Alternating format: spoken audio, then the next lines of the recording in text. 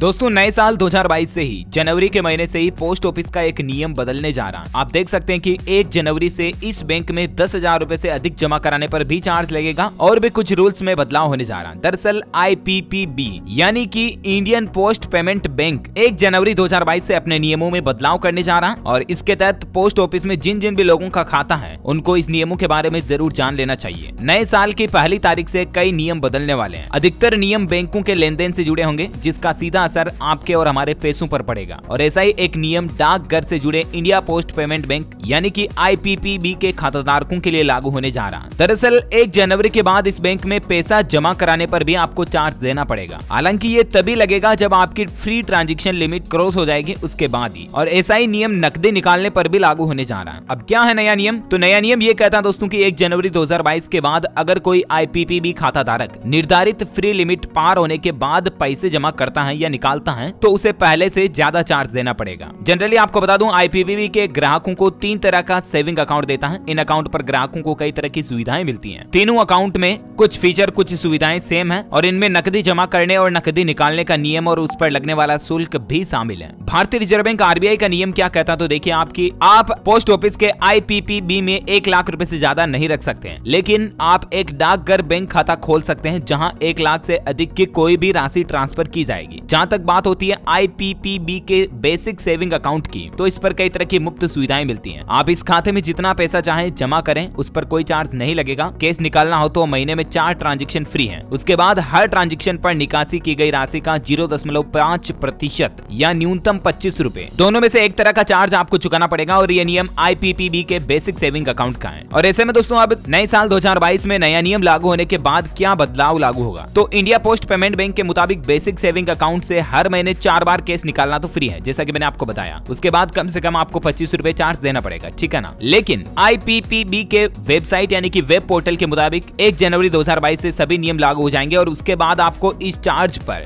GST या CESS अलग से लगाया जाएगा। और इतने दिन तो बेसिक सेविंग अकाउंट पर यह चार्ज का सिस्टम था, ठीक है ना। लेकिन अब आपको बेसिक सेविंग अकाउंट के अलावा दूसरे सेविंग अकाउंट और करंट अकाउंट से भी हर महीने 25,000 रुपए तक निकालने पर कोई चार्ज नहीं लगेगा। हालांकि फ्री लिमिट क्रॉस करने के बाद हर बार आपको पैसे निकालने पर या जमा कराने पर कम से कम 25 रुपए का चार्ज देना पड़ेगा, प्लस GST या CESS टैक्स अलग से लगा जाएगा, जिसमें 2-3 रुपए और GST टैक्स और वो बन जाएंगे, वो अलग से आपको देने पड़ेंगे। तो जो चार्ज पहले 25 रुपए था वो आपको 26, 27, 28 रुपए तक पड़ सकता है। 4 बार पैसे निकालोगे महीने में, 4 बार जमा कराओगे तब तक तो फ्री है। उसके बाद आपको पोस्ट ऑफिस के India post payment bank account में फिर ये चार्ज देना पड़ेगा, ठीक है ना। तो उम्मीद है दोस्तों ये न्यू रूल्स एंड रेगुलेशंस का अपडेट आपको जानने मिला होगा। वैसे आप मुझे कमेंट करके बताइए कि आप कौन से राज्य में रहते हैं ताकि मैं आपके राज्य के समाचार भी आपके मोबाइल तक पहुंचा दूंगा। वीडियो को लाइक और शेयर करके आप हमारे चैनल को नीचे लाल बटन दबाकर सब्सक्राइब करके बेल आइकन जरूर दबा दें। आपको रोजाना के ताजा अपडेट्स और काम की खबरें तुरंत आपके मोबाइल पर मिलती रहेगी। Thank you, take care, goodbye, जय हिंद, जय भारत, वंदे मातरम।